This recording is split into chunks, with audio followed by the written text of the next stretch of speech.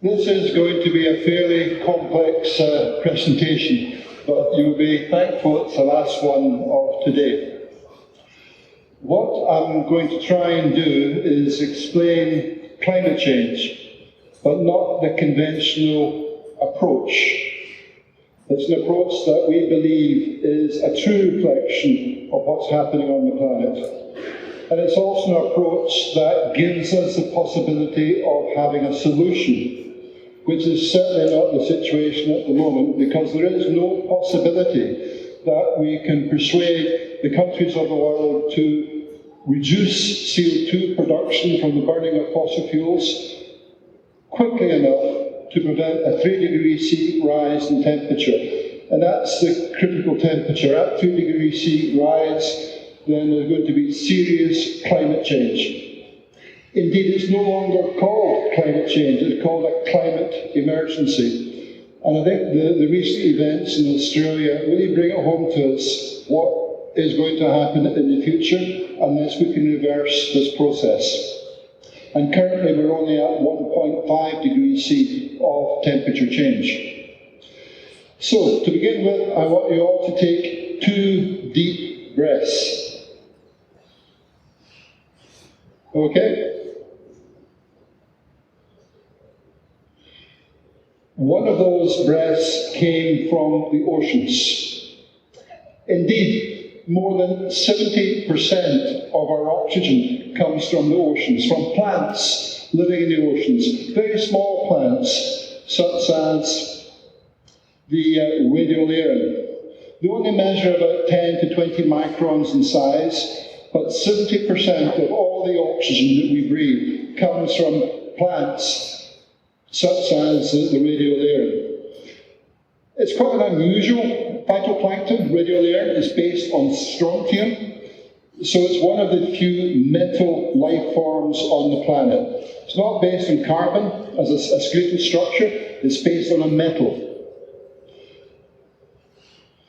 Now you're probably thinking, well, how can 70% of our oxygen or 80% of our oxygen come from the oceans? Surely it comes from trees and grass growing on the land. Well, in reality, that is not the situation. Effectively, you could cut down the Amazon rainforest and it will make no difference to the level of oxygen in the atmosphere. It's because the Amazon rainforest and most mature forests are in balance. When a tree grows, it absorbs or uses CO2, carbon dioxide, to build its biomass, and it produces oxygen. But in a mature forest, trees are also dying, and when they die, they decompose. And when they decompose, they put out CO2, and they consume oxygen. They're in balance. So the net result of mature forests and grasslands is zero. Now, I'm not saying that we should cut down the Amazon rainforest. That would be ridiculous, because it's important for other aspects of the environment. But in effect, the net input of plants on land do not remove CO2 and they do not produce oxygen, because they're in equilibrium.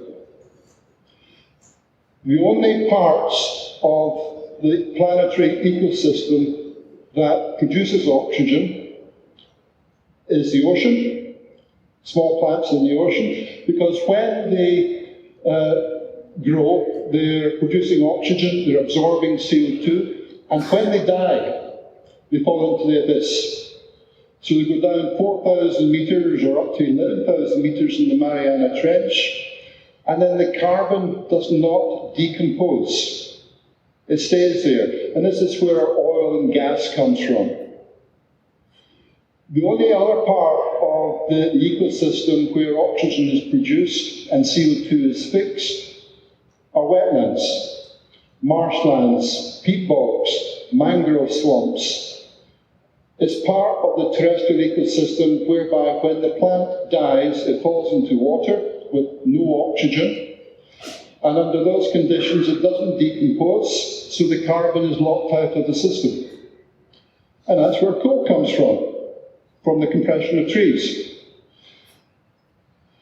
So, Man is producing CO2 from the burning of fossil fuels, and nature is removing that CO2 by building up algae cell biomass and depositing on the oceans, or the ocean floors, and in wetlands.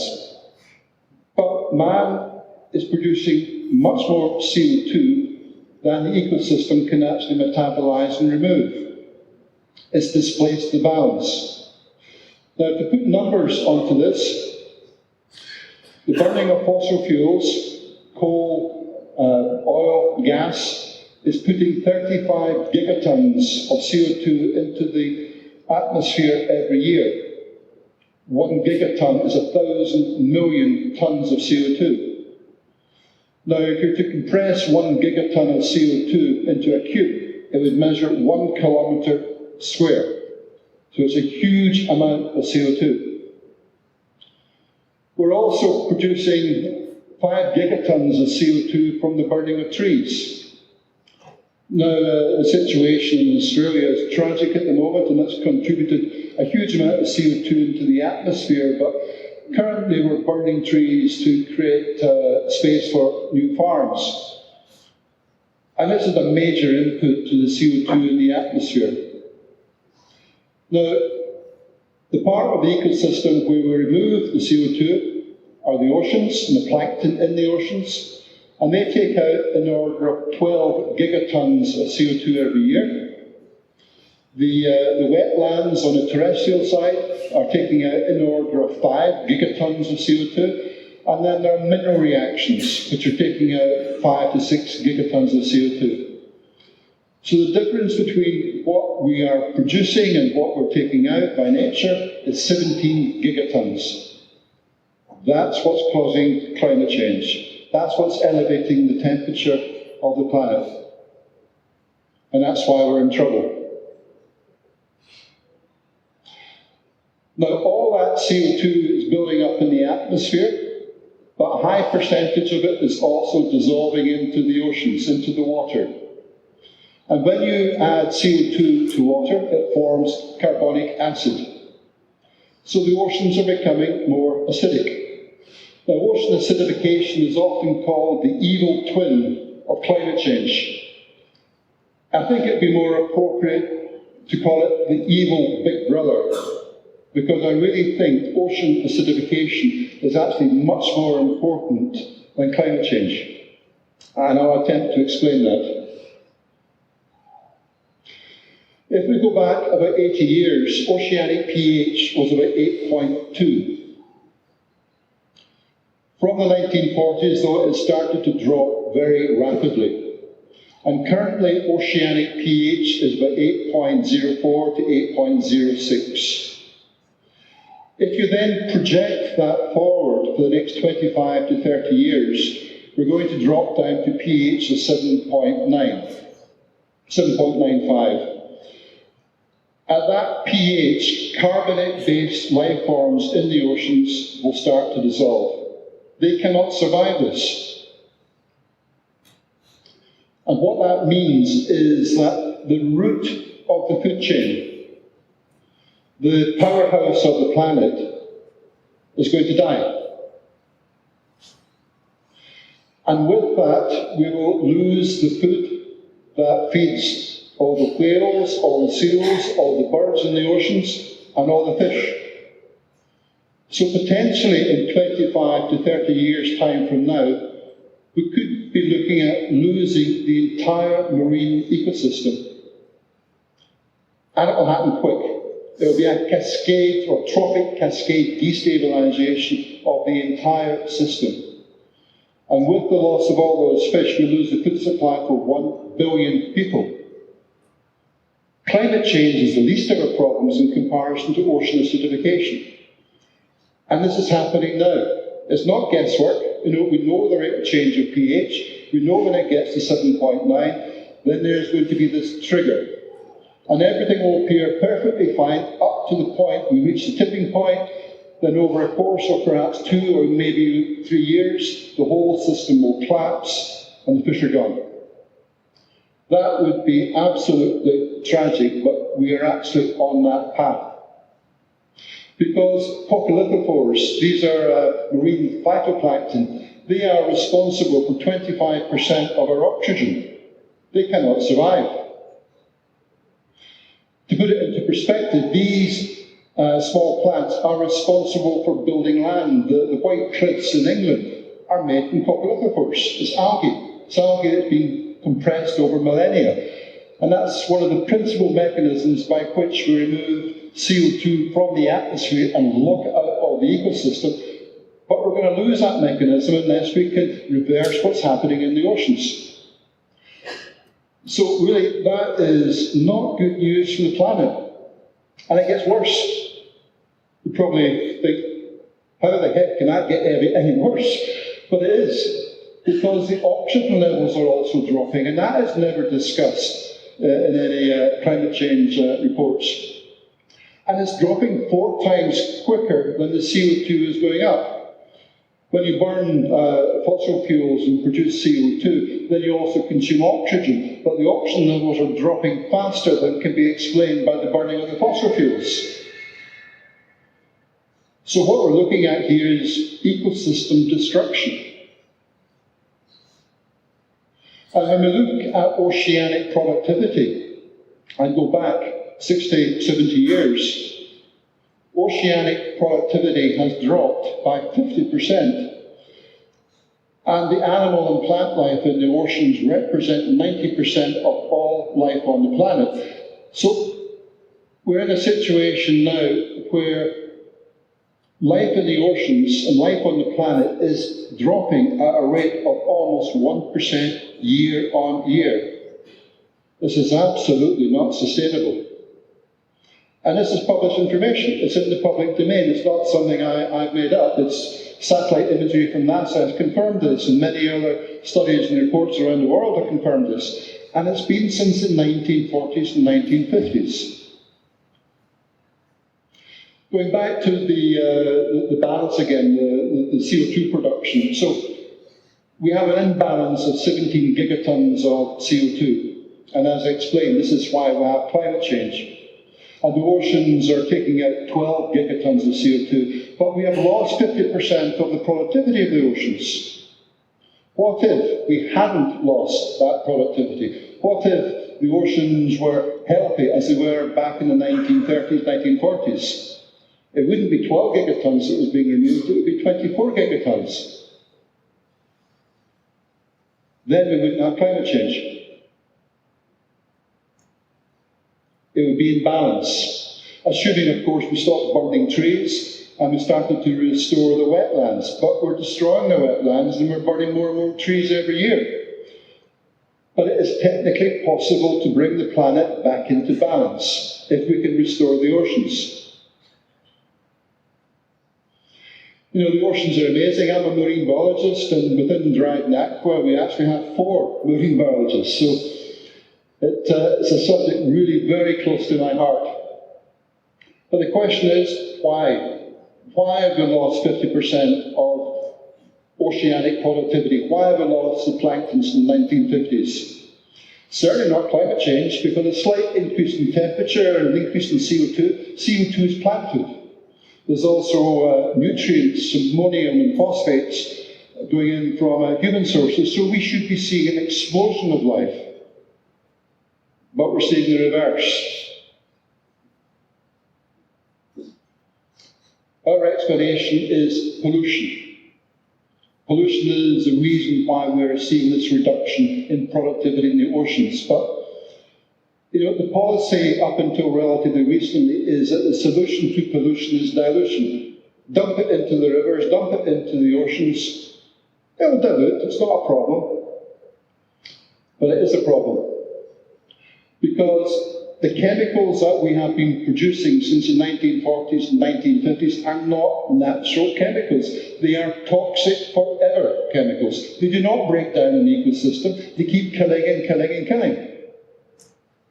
We should not be putting these things into the environment. They are too dangerous. And that started in the 1940s, when we started to see DDT and PCBs.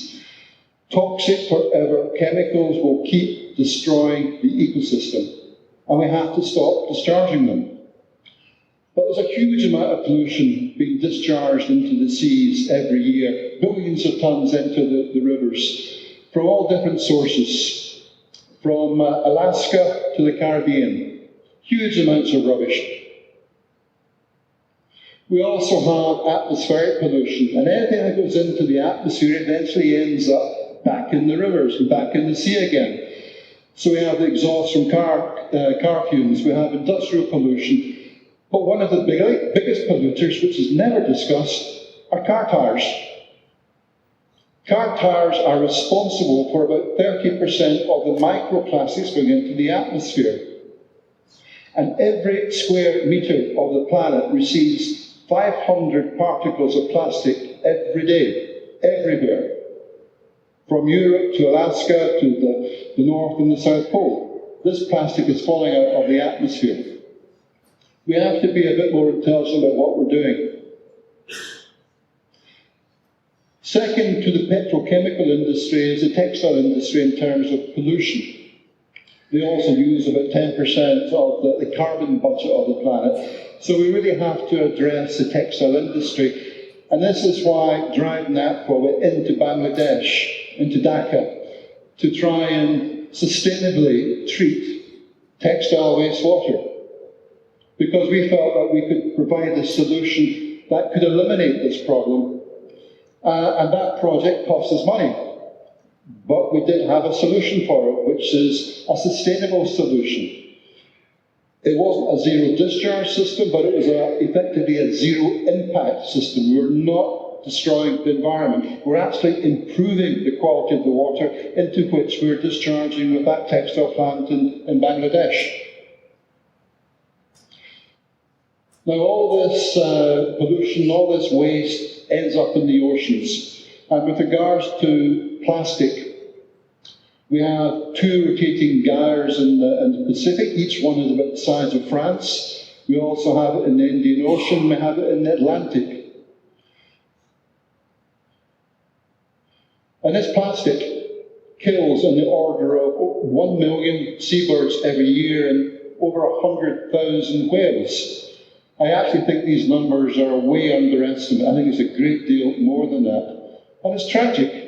We shouldn't be doing this. We shouldn't be using the oceans as a dumping ground for all our waste. We should be recycling and reusing.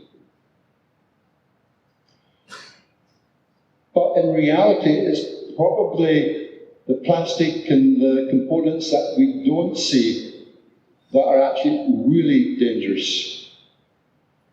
You can hardly imagine it could get any worse, but it can. The coral reefs around the world. We have killed 50% of the world's coral reefs, and they're not coming back. Coral reefs are the breeding ground for 25% of all life in the oceans. And they will be dead within 10 years, unless we can do something about it. But governments and scientists are all reporting this is climate change. In reality, it probably isn't climate change. It's chemical pollution. And one of the biggest killers for coral, the coral are an animal, but they're a symbiotic animal. They actually have an algae that lives inside them. And when you discharge a chemical such as oxybenzone, which is the active ingredient in sunblock, this chemical gets absorbed onto microparticles of plastic. The coral then grabs it, pulls it inside. Now, the oxybenzone is not actually toxic, but what it then does is it reacts with sunlight and it produces free radicals that really stresses the coral. It then dumps its algae. This is called coral bleaching. And then the coral then becomes really sensitive to elevated temperature.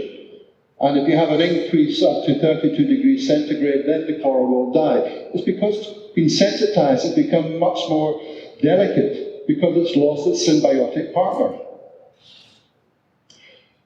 Back to oxybenzone, this active ingredient in sunblock, it's toxic at a level of 62 parts per trillion. Now that's an incredibly small number and kind of difficult to comprehend, but the world produces 20,000 tonnes of oxybenzone that goes into sunblock every year.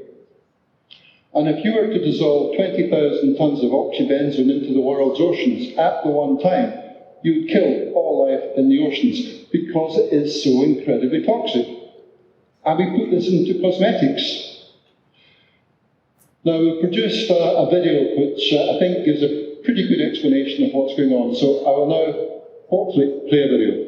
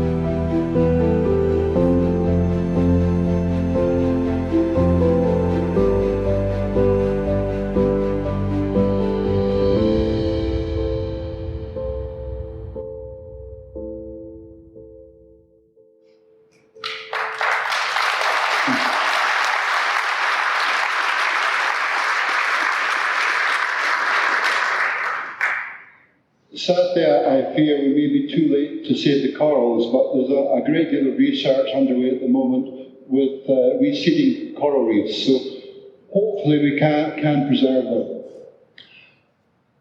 So this chemical is in 3,500 different cosmetic products. And part of the reason why oxybenzone is so toxic is because it is lipid-soluble, hydrophobic. And many of the most toxic chemicals that we discharge have the same characteristics. They are lipid-soluble and hydrophobic. So if we address this one, then we address most of the really toxic chemicals that we're discharging. We now have a situation that 1 in 15 of every living organism in the oceans, down to bacteria, contain plastic. The plastic is also hydrophobic and will attract hydrophobic chemicals. So part of the reason why these chemicals are so toxic is because they are not in the water. They get absorbed onto the plastic, and the plastic is behaving like a sponge. And it will concentrate these chemicals by many thousands of times. So the plastic is acting as is inoculating the animals and the algae.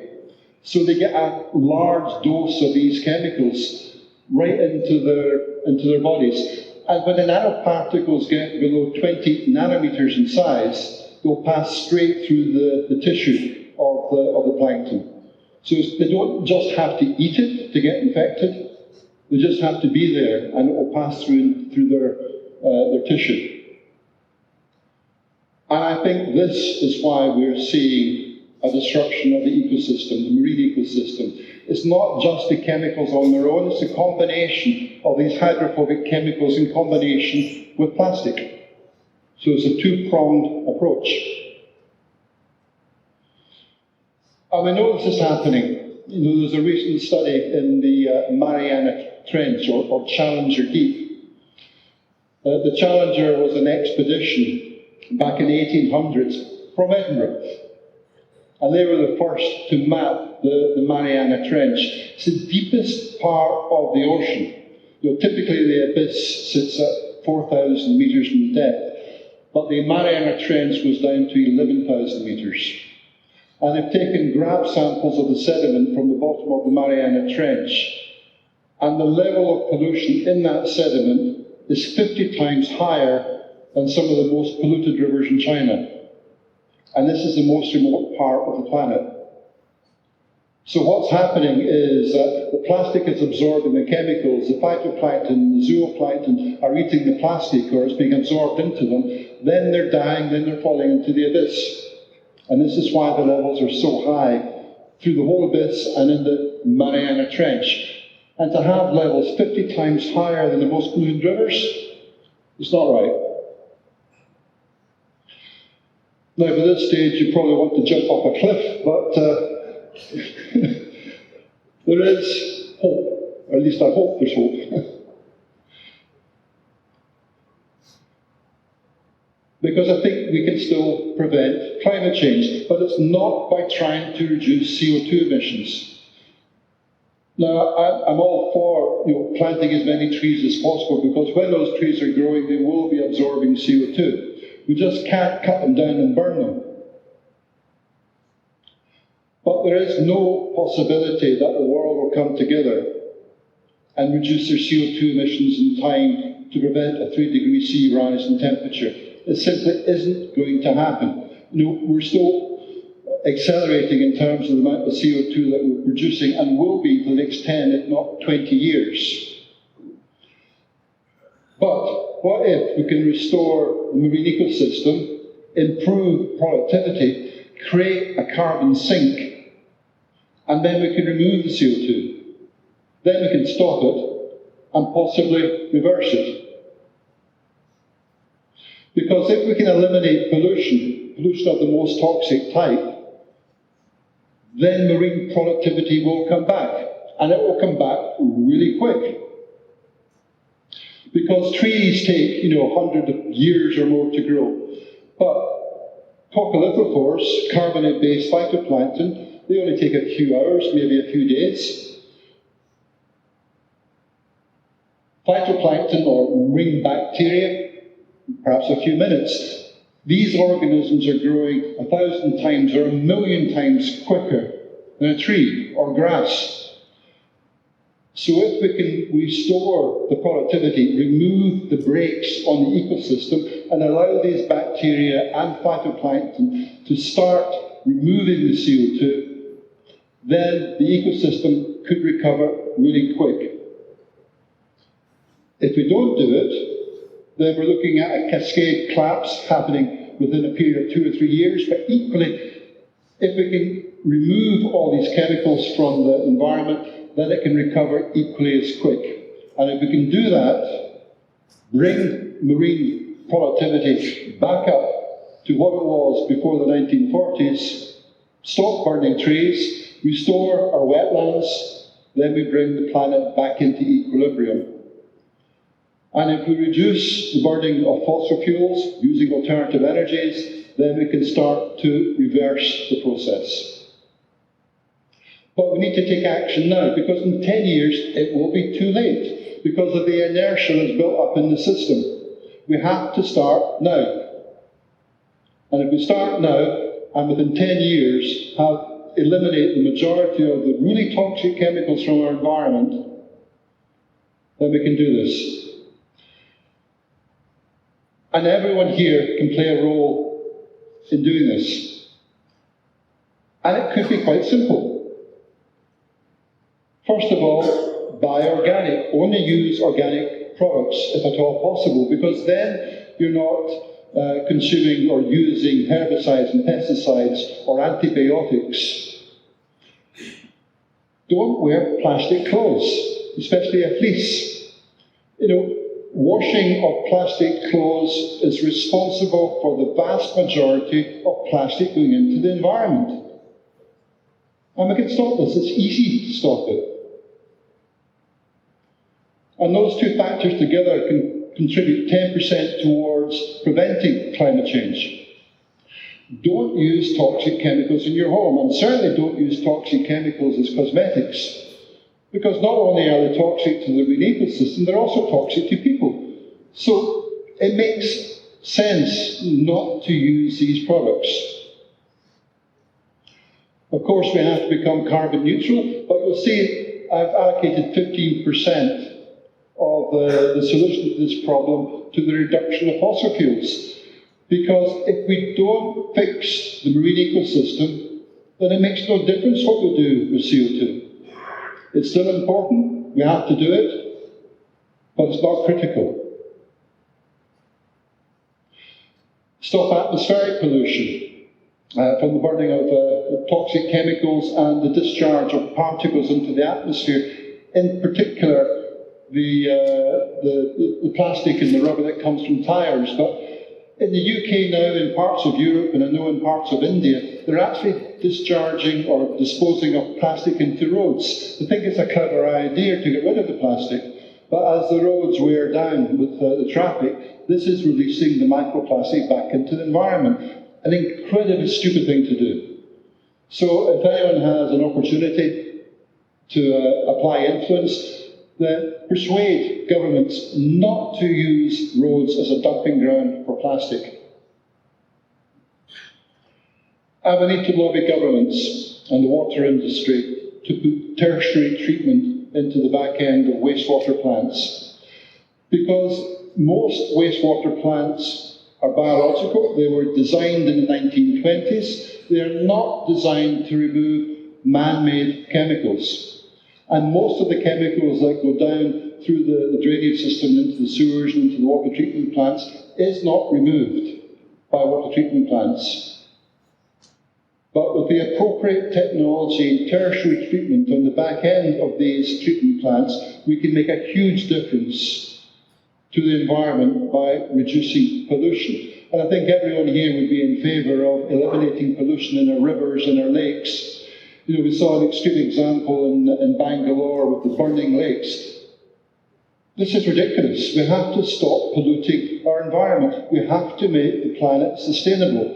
And if we continue to discharge chemicals and waste into the environment, then it will not be sustainable. But by far the biggest impact that we can have is green chemistry. It doesn't have to cost money. Applying green chemistry could actually be a huge boost to the chemical industry. But we can't keep making chemicals that are toxic forever. If they're toxic forever, then we will kill the environment, we'll kill the oceans, and if we lose the oceans, then the terrestrial ecosystem will collapse. So it's really important that we do this. And if we all do it, and live responsible, sustainable lives, and demand a non-toxic environment, then I truly believe that we can restore the Earth and prevent catastrophic climate change.